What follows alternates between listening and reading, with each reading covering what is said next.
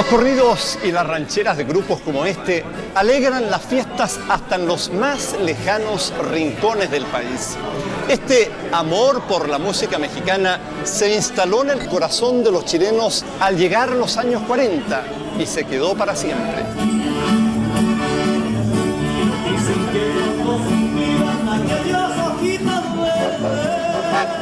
En 1938, cuando las rancheras se ponen de moda, Pedro Aguirre Cerda va de pueblo en pueblo. Pan, techo y abrigo es su eslogan. Para esos años, aún la mitad de los chilenos vive en el campo. El agua potable y la luz eléctrica son un lujo. 1 de cada 2 niños no va a la escuela. El futuro presidente promete cambiar el rostro de Chile con más educación, más industria y mayor bienestar. Hace unos meses que mamita se murió. Pero, como en una triste canción mexicana, los sueños y las promesas de Pedro Aguirre Cerda se enfrentaron con una serie de impredecibles y devastadores obstáculos antes de que pudiera terminar su mandato.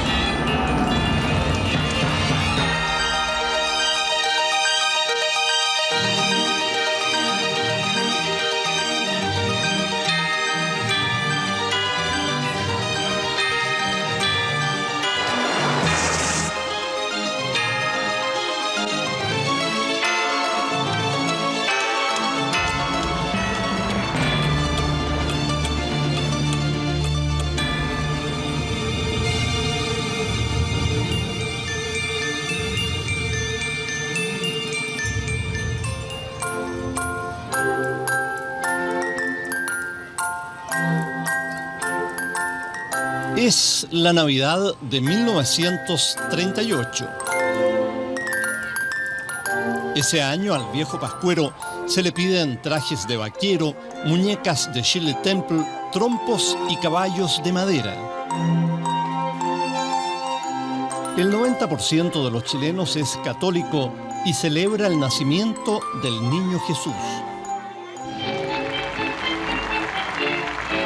Ese mismo 24 de diciembre llega a La Moneda un masón, Pedro Aguirre Cerda, apoyado por una alianza de radicales, socialistas y comunistas.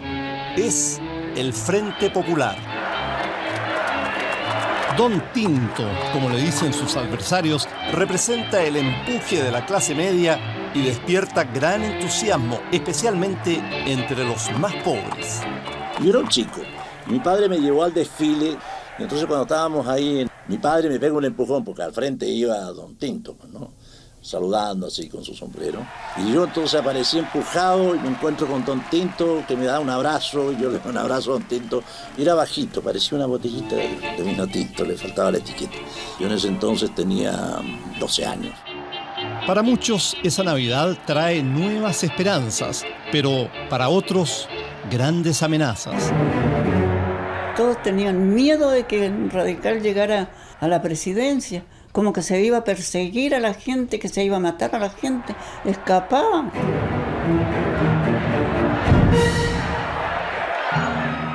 Entonces el arzobispo mandó una orden a todos los sacerdotes que cuando salieran a la calle no salieran de sotana. Creían que iba a haber persecución de la iglesia, que se iba a acabar el mundo.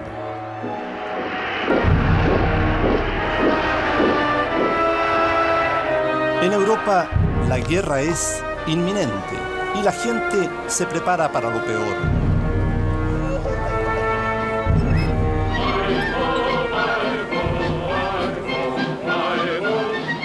En Chile, los niños no saben de esas preocupaciones y en la matiné de las 2 de la tarde asisten al estreno de Blancanieves y los 7 enanitos, el primer gran éxito internacional de Walt Disney.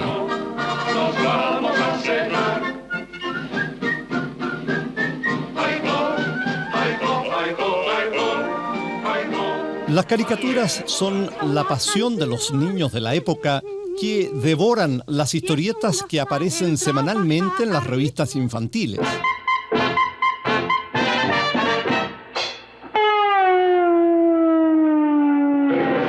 Estaba el Cabrito, estaba Pispaf, estaba Piliquen, pero el Peneca fue la reina, eso sí, fue reina de todas las revistas, extraordinaria. Nacido en 1908, el Peneca es todo un suceso.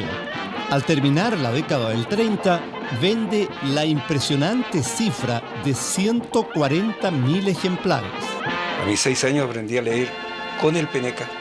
Y yo recuerdo que Quintín el Aventurero iba subiendo por las escarpadas rocas junto con su compañera Evelina.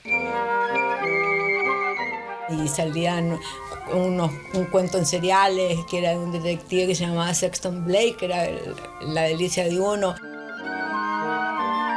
Lo recuerdo con mucho afecto. Por ahí cuando me meto en alguna librería de viejo y encuentro un Peneca, hasta me quiero emocionar un poco. Sin hijos propios, el matrimonio de Pedro Aguirre Cerda y su prima Juanita demuestra gran preocupación por los niños chilenos. El mismo 25 de diciembre, un día después de llegar a La Moneda, Juanita instaura la Pascua de los Pobres, en la que reparte 200.000 juguetes. Nunca gobierno alguno entregó más ayuda que don Pedro Aguirre Cerda. Siendo presidente, él dejó a todos los niños santiaguinos entrar a La Moneda. Les permitió bañarse donde habían fuentes. Todos los niños de 10 años podían bañar.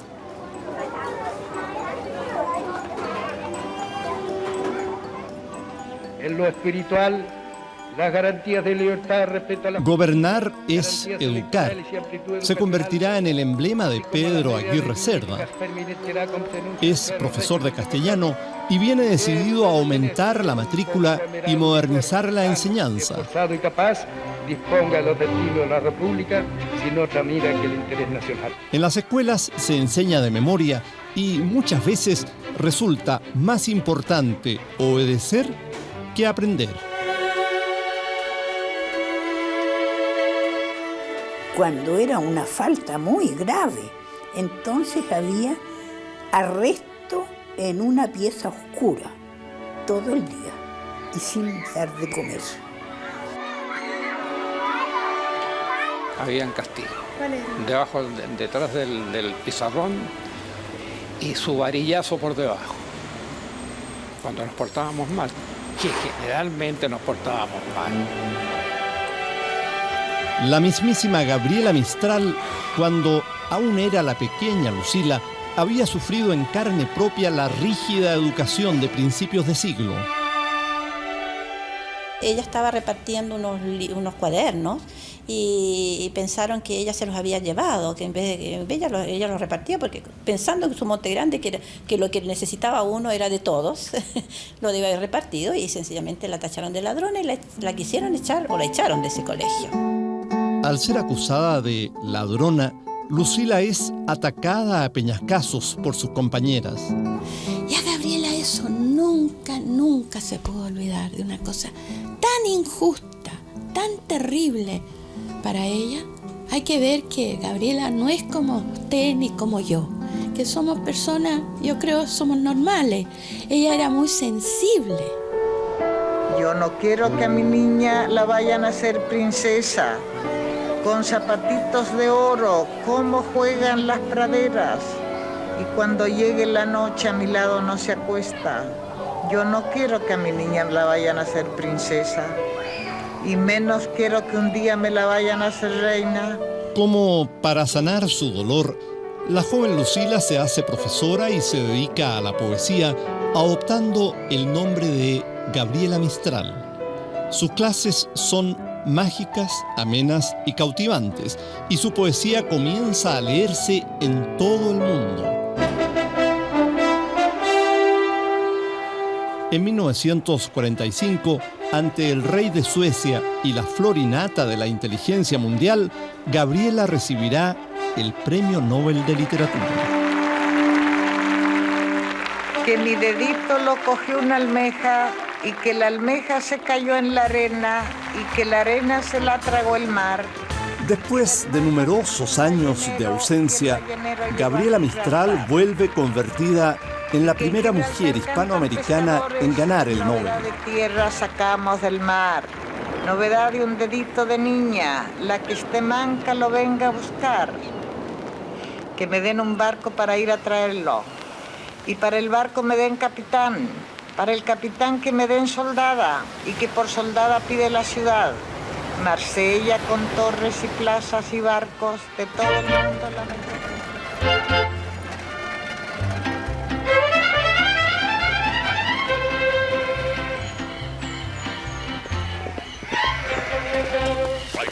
Al llegar 1939, a las tradicionales tonadas y cuecas chilenas se suma una música que viene a instalarse definitivamente en las casas campesinas. Es la ranchera y el corrido mexicano.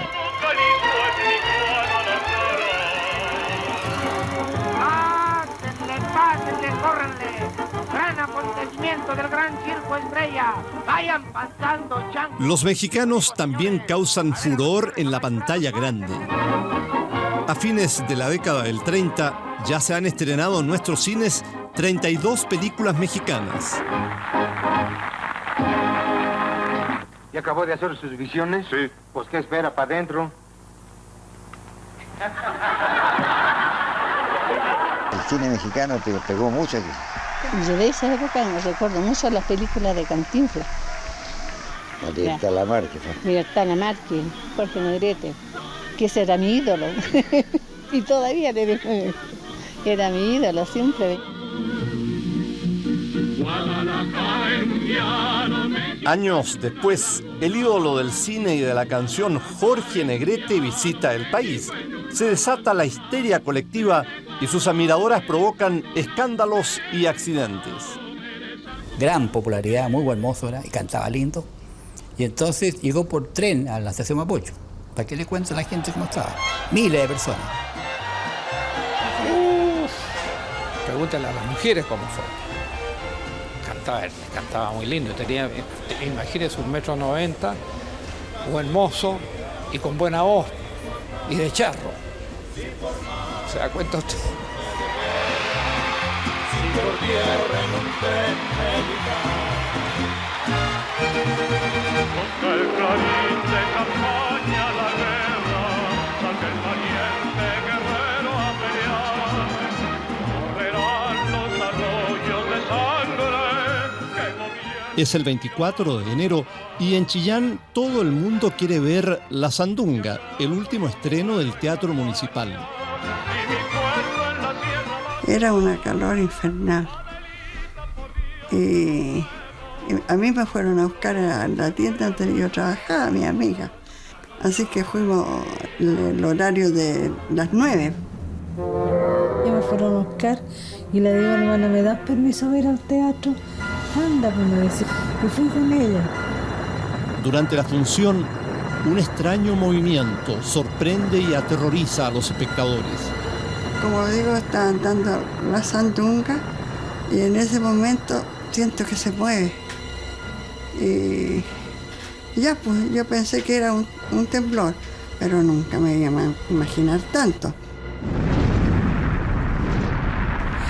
Entonces empezó el terremoto suave, pero después empezó así. Nadie se sostenía.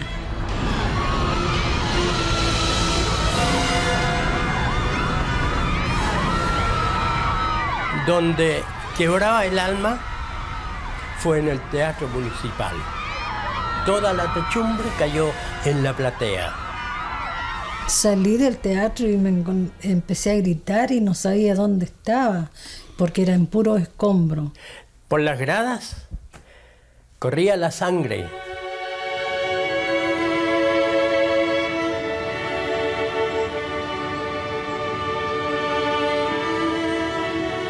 Olga, Mercedes y sus amigas fueron 4 de los 10 sobrevivientes del Teatro de Chillán. Más de 500 personas quedaron sepultadas para siempre bajo los escombros del edificio. CBT Chillán, locutor de turno, decía, la familia Valdebenito, todos muertos. La familia tanto, solamente muertos los abuelos. La familia tanto, murió la guagua. Todo el día era como una pesadilla. Hubo prácticamente una cadena a las 24 horas del día en que transmitían desde Chillán y Concepción.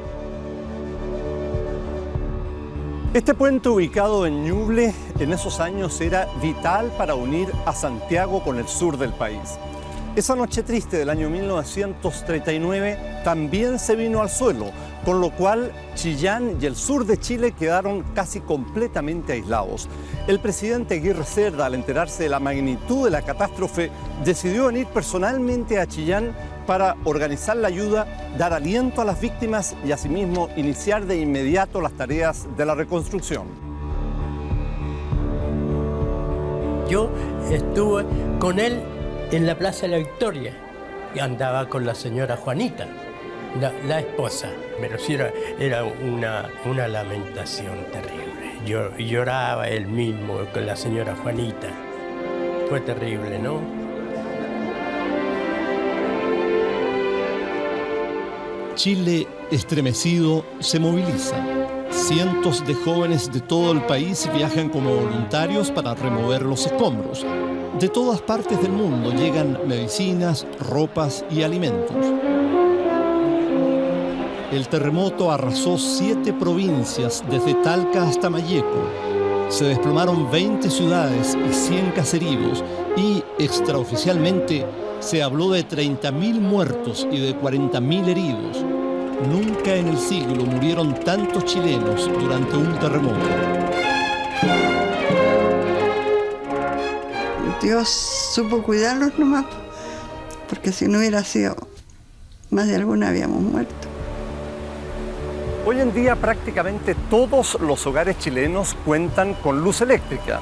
El 60% de esa energía proviene de represas como esta. La situación era completamente distinta hacia fines de los años 30, cuando la mayoría de los chilenos se alumbraba con velas. El terremoto de Chillán tuvo graves consecuencias, pero también impulsó la industrialización del país y con ello la masificación de este milagro que es la luz eléctrica.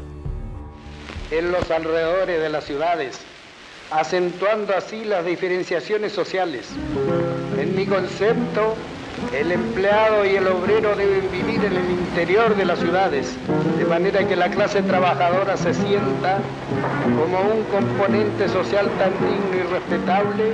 Tras el terremoto, Aguirre Cerda obtiene facultades extraordinarias y en abril de 1939 crea la Corporación de Fomento de la Producción, Corfo.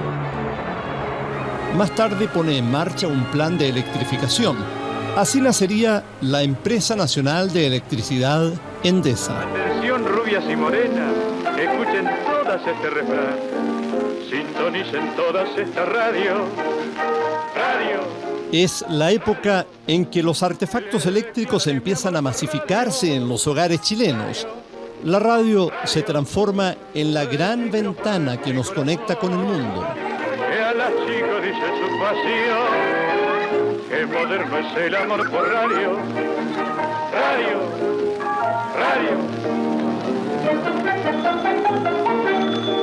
Oiga, Carloso, una chica quiere hablar por teléfono. Las noticias se obtenían por medio de cables. Cuando había una noticia importante, tenían un timbre, entonces tocaban el timbre y corrían todos a buscar la noticia y se repartía, se retransmitía en castellano y ahí se escuchaba en todas partes acá en Chile. Es que están vivas todas las fuentes genuinas de España. España En ese momento, las noticias vienen desde España. por la división engendrada por los separatismos locales. Termina una guerra civil que ha costado 500.000 de muertos. Entre ellos ha sido fusilado el poeta y dramaturgo Federico García Lorca, amigo del joven poeta chileno Pablo Neruda. Frente a vosotros he visto la sangre de España levantarse para ahogaros en una sola ola de orgullo y de cuchillo. Con España en el corazón, la poesía de Neruda se llena de luchas y dolores. Venid a ver la sangre por las calles. Venid a ver la sangre por las calles. Venid a ver la sangre por las calles.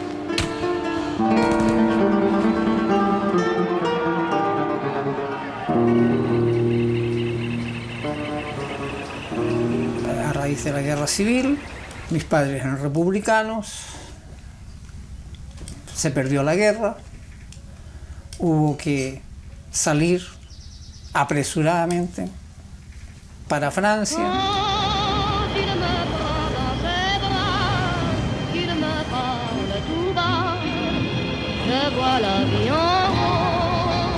Si en París había un gran despliegue de represión para evitar que los refugiados españoles que habían pasado a Francia en una cantidad superior a los 400 o 500.000 personas llegasen hasta París, para no perturbar la vida grata y agradable que tiene París.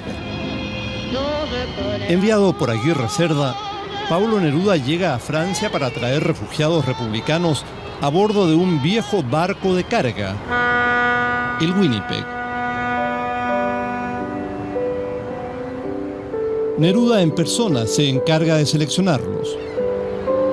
Me acerqué a la embajada de Chile y al segundo o tercer día que llegó Neruda a París a hacerse cargo, de manera que yo fui de las primeras personas que pude entrevistarme con Neruda, que no conocía, claro. Vestía muy tropical, traje ligero, color claro, me parece que usaba sombrero de estos de Panamá. Me parece que habló con cada uno de los 2.000 y tantos que embarcaron. Por esos mismos días, en el puerto de Hamburgo, en Alemania, otro barco, la motonave chilena Copiapó, también se encuentra lista para zarpar. Su misión es sacar a los chilenos de Europa antes de que empiece la guerra. Pero el capitán también decide salvar la vida de judíos alemanes perseguidos por los nazis. La cosa era bastante difícil y hemos considerado que era muy importante salir lo más pronto posible. Nos avisaron en la noche que hay un pasaje disponible para la Copiapó, pero tendría que llegar inmediatamente a Hamburgo. Yo, como era un joven de 17 años, no tenía miedo y me atreví de embarcarme con 100 pesos chilenos y una maletita chica. En Hamburgo, 100 pasajeros chilenos y 50 judíos logran abordar el Copiapó. Cuando la nave está a punto de zarpar, la Gestapo ordena que todos los pasajeros judíos bajen a tierra. Y el capitán dijo, no se preocupen, si ustedes quieren viajar y ustedes quieren viajar, yo me comprometo a subirlos a bordo, sea como se sea. La firme determinación del capitán del barco, Roberto Muñoz, permite que, al final, la Copiapó zarpe con todos sus pasajeros a bordo. Cuando el barco zarpó, una vida nueva. Uno nació de nuevo. Uno tenía esperanzas. Uno vio el cielo celeste. Era diferente. Casi en igual fecha, el Winnipeg parte de Burdeos con 2.000 refugiados españoles. Para mí el viaje fue una verdadera aventura. Yo tenía 13 años. Ayudaba a servir la merienda, a servir el desayuno. Yo gocé de todos los momentos.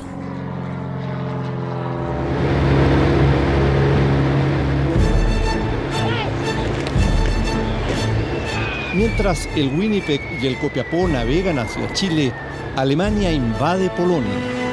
Es septiembre de 1939 y Francia y Gran Bretaña le declaran inmediatamente la guerra a Hitler. Chile se mantiene neutral. Nosotros vimos todavía pasar los aviones de Inglaterra a Francia Estábamos bastante asustados porque estábamos en el Canal de la Mancha lleno de submarinos alemanes.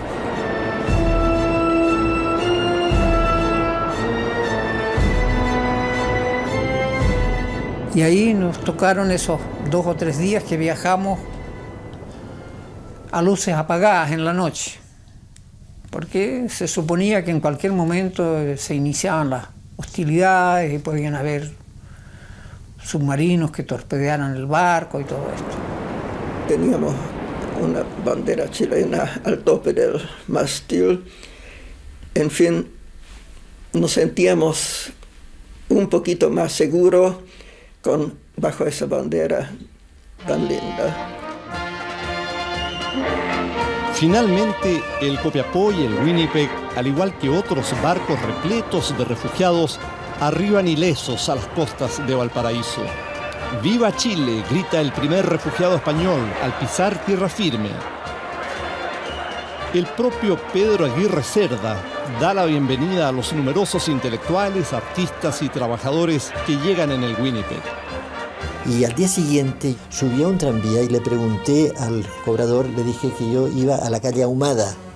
Y el tipo, que sabía que el día anterior habían llegado los refugiados, me dijo, ¿usted es refugiado español? Sí, le dijo. Usted no paga, me dijo, entonces.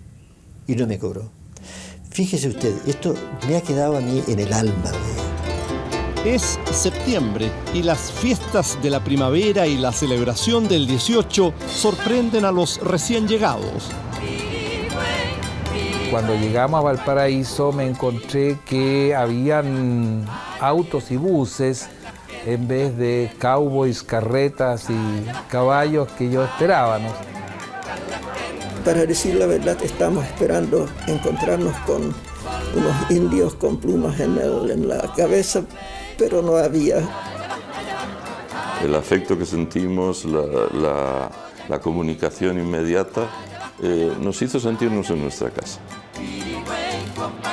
Uno está agradecido también por la atención que uno ha recibido en los momentos tan difíciles. Entonces uno no puede olvidar eso tan fácilmente.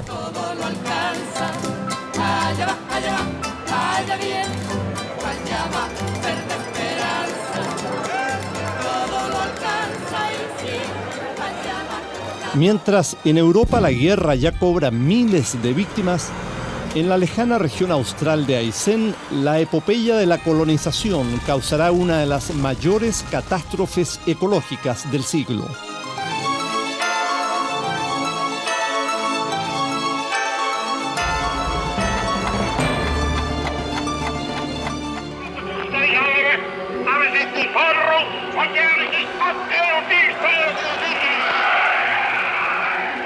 La Segunda Guerra Mundial ha sorprendido a la cantante chilena Rosita Serrano en Alemania.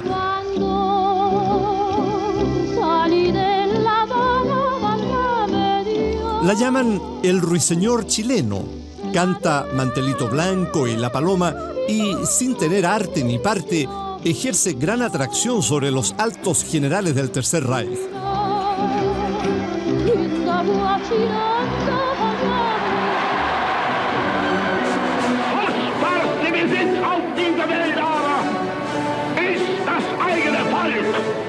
En tanto, en decenas de campos de concentración se ha iniciado uno de los peores genocidios de la historia de la humanidad, el Holocausto judío.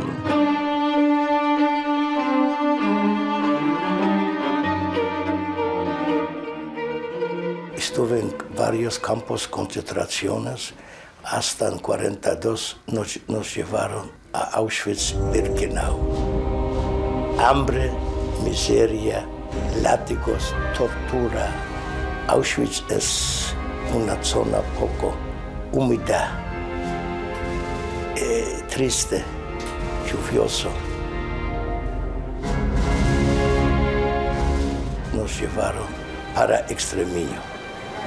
Y el día siguiente, en la madrugada, cuando nos despertaron, nos sacaron de nosotros para entrar en cámara de gas. Y el doctor Mengele, el asesino, el monstruo, el ángel de la muerte que le tenía el nombre, él seleccionó 3 en un lado, 2 en un lado de una fila.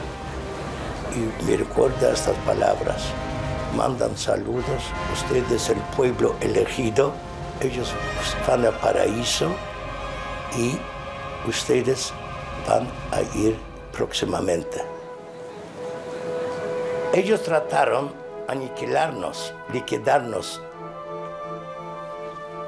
físicamente y mentalmente. Yo soy uno de ellos que no lograron mi mente destruir.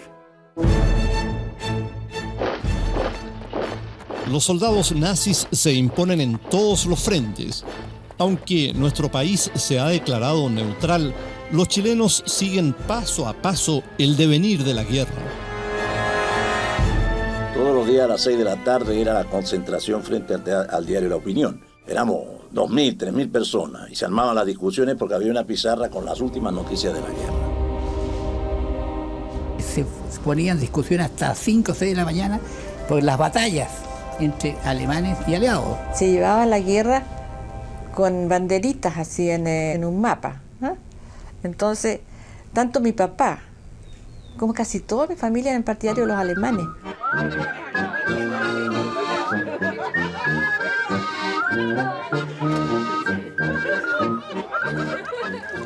El gran número de colonos alemanes concentrados en los pueblos del sur de Chile despierta sospecha. Circulan rumores que hablan de una red de espionaje alemana e incluso de una quinta columna progermana para tomarse el poder en nuestro país. El cronista Joaquín Edwards Bello, Premio Nacional de Literatura y Periodismo, comenta con su agudeza característica estos rumores. Creemos vergonzoso para nuestra América el hecho de creer que unos agricultores alemanes, fabricantes de cerveza, cecinas, jamones y patos con chucrut, podrían apoderarse de nuestra tierra. Bastaría el concurso armado del Cuerpo de Bomberos de Melipilla para correrles. Joaquín Edwards Bello. En las primeras décadas del siglo XX, una oleada de colonos había iniciado una nueva aventura, la conquista de Aysén. Entre ellos iba el explorador y documentalista alemán Augusto Grosse.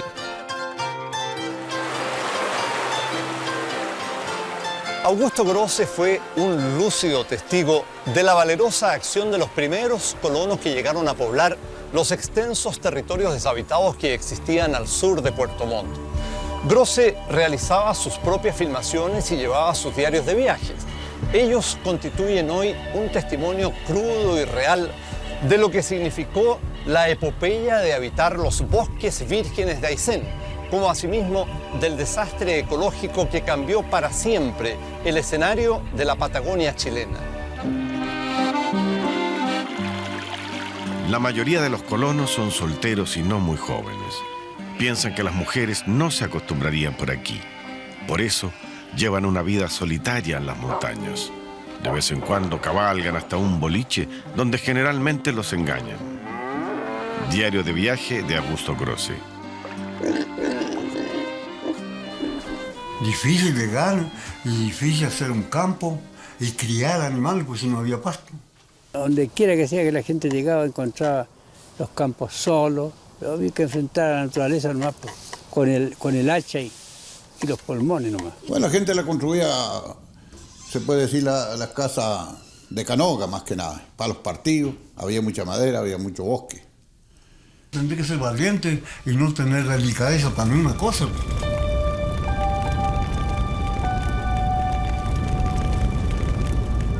El valle es ancho y fértil. A lo mejor fue antes aún más hermoso, cuando tenía bosques que con su verdor le daban vida al paisaje. Pero el fuego y el hacha han destruido la belleza de los valles. Gigantescos troncos alzan sus brazos acusadores al cielo. Diario de viaje de Augusto Grosse. Los incendios era porque era una necesidad de hacerlo. Cuando era tiempo que esa gente tenía que quemar, quemaba. Pero eso agarraba fuego y pasaba a quemar al que primero quemó. Y se iban quemando y requemando los campos así. quemaban casas, quemaban animales, todo. Y no había nadie que ataje el fuego. Ni las lluvias ni las nieves pudieron detener las llamas que durante 30 años destruyeron 3 millones de hectáreas de las espesas selvas de la Patagonia chilena.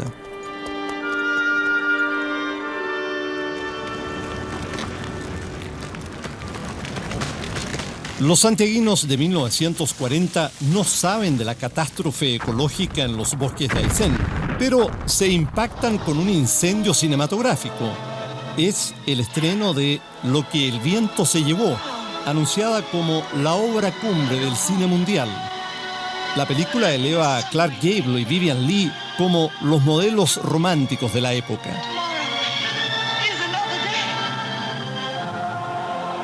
Y la película fue un éxito loco. Había que hacer cola a los cines, porque los días viernes, sábado y domingo estaban agotadas las entradas.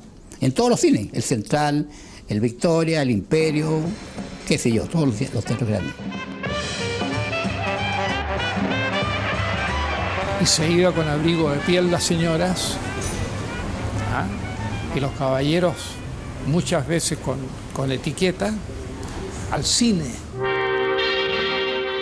Producto de la guerra, las telas importadas escasean. Nacen las primeras textiles y los chilenos concurren a sastres y modistas. Se impone el llamado estilo utilitario y la naciente industria nacional es capaz de producir 90.000 zapatos baratos que sustituyen a la tradicional chalaila con planta de neumático. Al mismo tiempo, la casa Rosenblit provoca una verdadera revolución en la moda al importar la recién inventada media de nylon.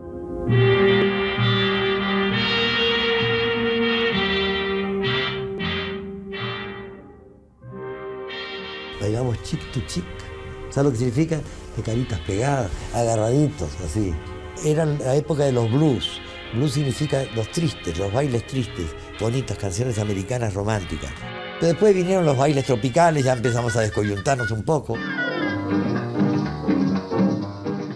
Las fiestas y los bailoteos con orquestas en vivo son costumbre de fin de semana. El swing, derivado del jazz, y especialmente la conga o el mambo, animan a los jóvenes que bailan incluso la noche entera.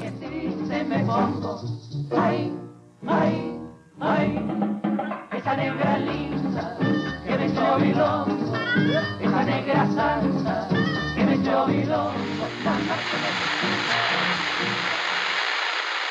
Arturo Godoy. Jam-packed for this international heavyweight title fight between Joe Louis, the world champion, and Arturo Godoy, champion of Chile. En Nueva York es febrero de 1940 y con gran expectación, el boxeador chileno Arturo Godoy disputa la corona mundial de todos los pesos ante el imbatible campeón norteamericano Joe Louis. No puede salir pegando Joe Louis.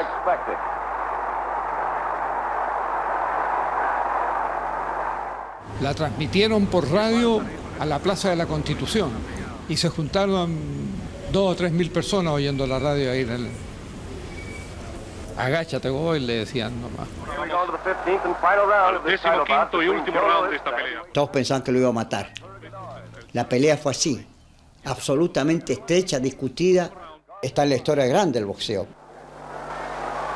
Va a haber conmoción si Arturo Godoy resiste los 15 rounds de la pelea. Joe Louis era el favorito 10-1 en esta pelea. Y salimos nosotros a ganar antes del fallo, salimos a la calle a gritar. Y entonces nos abrazábamos todos, gritábamos, Godoy campeón. Pero el fallo fue en contra. A un paso de la gloria, Godoy pierde la pelea. Los jurados norteamericanos dan por ganador a Louis apenas por 1 punto de diferencia. Eso dice mucho. Había ganado Godoy y los otros, con un poco de vergüenza, le pusieron 1 punto a Louis para que retuviera la corona. Entonces, ladrones estos gringos. 4 meses después, la revancha se realiza en Chile y, aunque Godoy pierde esta vez sin apelación, el gladiador iquiqueño queda para siempre en la memoria de los chilenos. En 1941, un terrible suceso golpeará al país. Víctima de una enfermedad entonces incurable, veremos debilitarse y morir al presidente.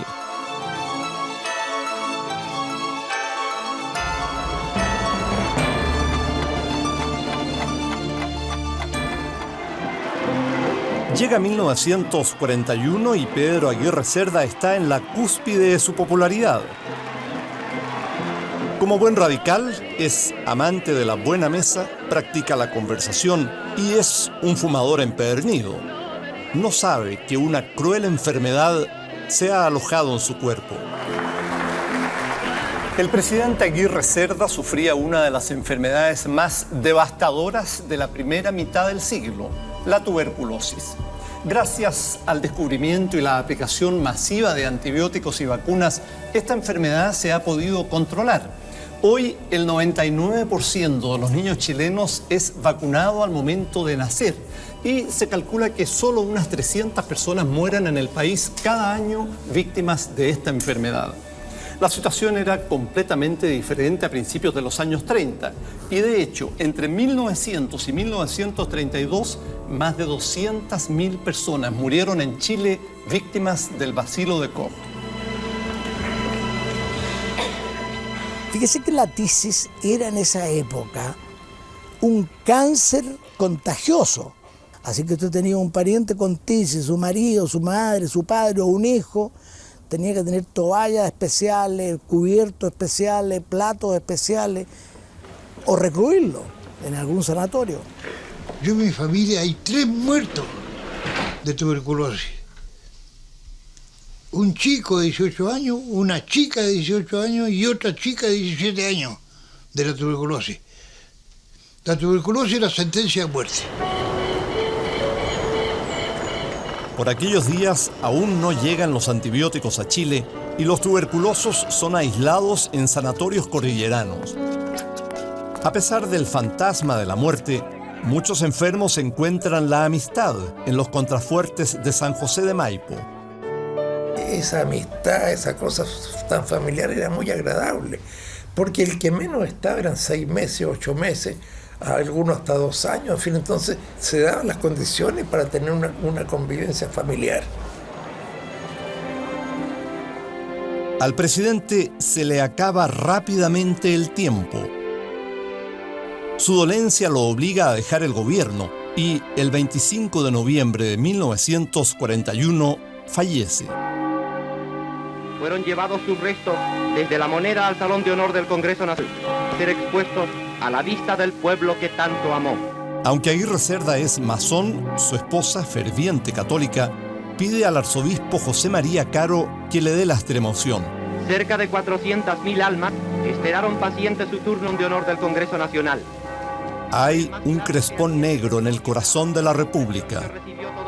Don Pedro ha muerto, titula la prensa.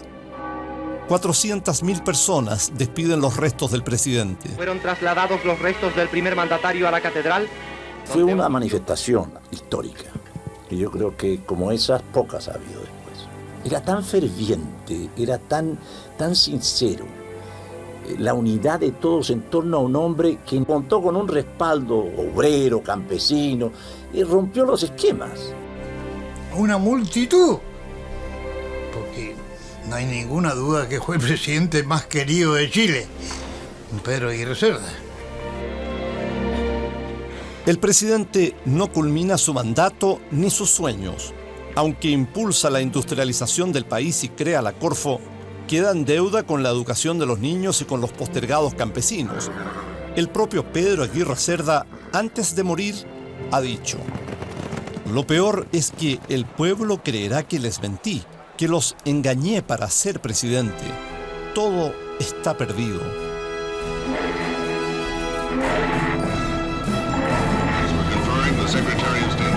Es diciembre de 1941.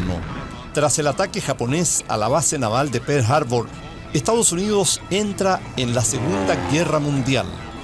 Inmediatamente Latinoamérica los apoya. Solo Chile y Argentina siguen neutrales. El también radical Juan Antonio Ríos es elegido nuevo presidente. Su gobierno debe enfrentar las consecuencias de una guerra mundial que ya llega a los hogares chilenos. Los precios se disparan, hay escasez y un serio desabastecimiento de petróleo. Debido a la guerra, los norteamericanos, dueños de las principales minas de cobre chileno, expulsan a los trabajadores alemanes e italianos y hacen simulacros de ataques aéreos por las noches.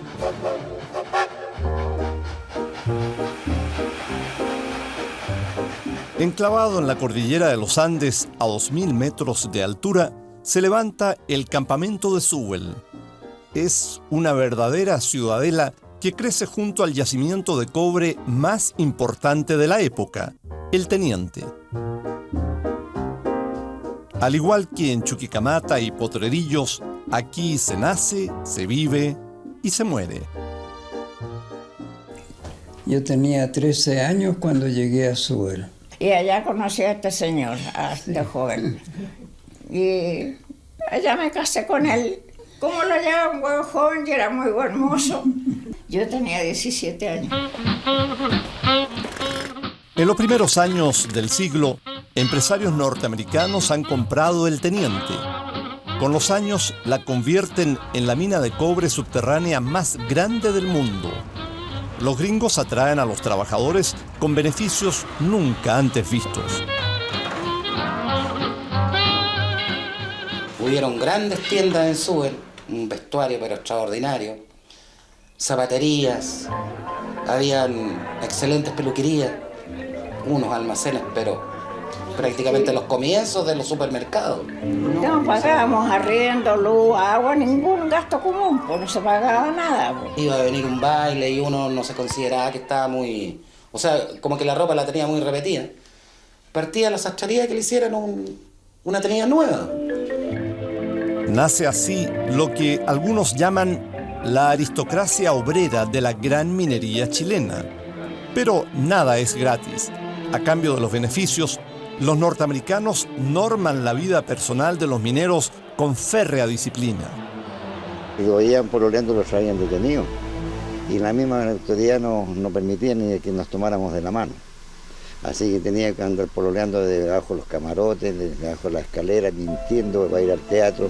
Mientras para los obreros, trabajadores, era una ley seca, terminante, que inclusive si sorprendían al padre de uno con un trago, les podía costar alto el trabajo.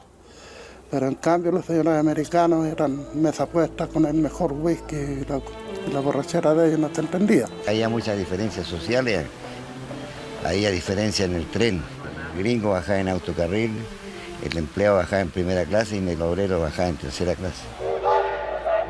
A pesar de las restricciones, no falta la picardía criolla. Porque cuando uno tenía una fiestecita le decían, ¿qué te sirve? Te sirve un cortito, un fuerte, un vinito. Y todos debajo de la silla tenían su botellita escondida, ¿no? Entonces traían Coca-Cola y le ponían su poquito. Total que después todos contentos bailando porque nos faltaba. Si nunca faltó. Actualmente, la vida de los campamentos de la gran minería está en proceso de extinción. Sewell, guardando cientos de historias de familias chilenas, se cerró para siempre en 1969.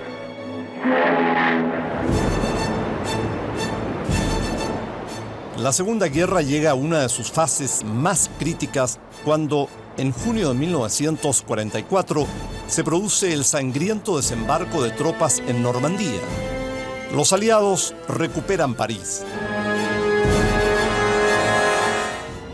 Un tiempo antes, Chile ha roto relaciones con el Eje y ha expulsado a los diplomáticos alemanes, italianos y japoneses. Aún no le hemos declarado la guerra a nadie. Sin embargo, la rivalidad se instala en los hogares, los colegios y las calles. Y yo me acuerdo que estaba patinando y de repente vinieron unos niños con el uniforme del Grange y como sabían que nosotros éramos descendientes alemanes, vinieron estos niños, me pegaron un tremendo empujón y me botaron al suelo en patines. Yo tenía que salir con guardaespaldas para ir a tomar el carro que se llamaba el tranvía, porque eran varios muchachos que había que apedrearlos, ¿no? a los que eran alemanes, ¿no? Para andar en calle, gente, ahí viene espía japonés, y se arrancaba y se metía dentro de casa y abría un poquito cortina y miraba a nosotros como delincuentes. Finalmente, en abril de 1945, el gobierno de Juan Antonio Ríos le declara la guerra a Japón. Nunca entramos en acción, pero igual tomamos prisioneros. Cuando Chile declaró guerra contra Japón, es orden del gobierno. Usted detenido y dentro de una semana tiene que ir a San Vicente de Tagua. Ahí tomamos chicha de esa zona. Y pasamos requete bien. El 30 de abril de 1945, en Berlín, Hitler se quita la vida. Días después, Alemania firma la rendición. Japón se mantiene en guerra.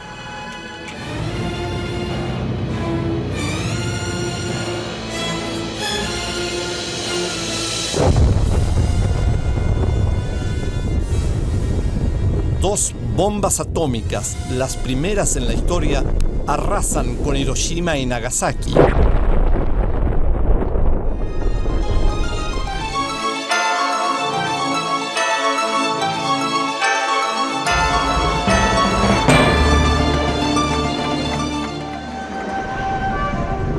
Vencido por un horror que nunca imaginó, el imperio japonés se rinde.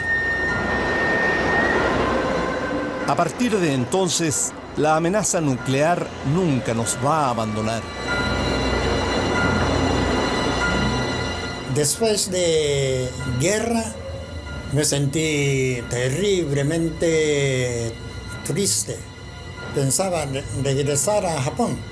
Entonces, ¿para qué voy a Japón? Para molestar más, una carga más. Así que me decidí. Yo me quedo en Chile y mis huesos estarán dentro del territorio chileno. Nuestra capital, como todas las capitales y países del mundo, recibió con júbilo y satisfacción el anuncio del término de la guerra en Europa. Sin disparar un solo tiro, ganamos la guerra y celebramos con euforia en la Alameda. Y en la noche, un gigantesco desfile reunió a más de 200.000 personas que celebraron dignamente la fausta noticia.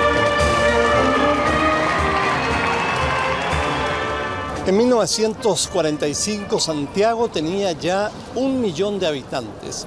En esa época, miles de campesinos dejaban sus tierras, sus hogares, sus raíces, atraídos por las luces del Gran Santiago y enamorados de la modernidad que les ofrecía esta ciudad.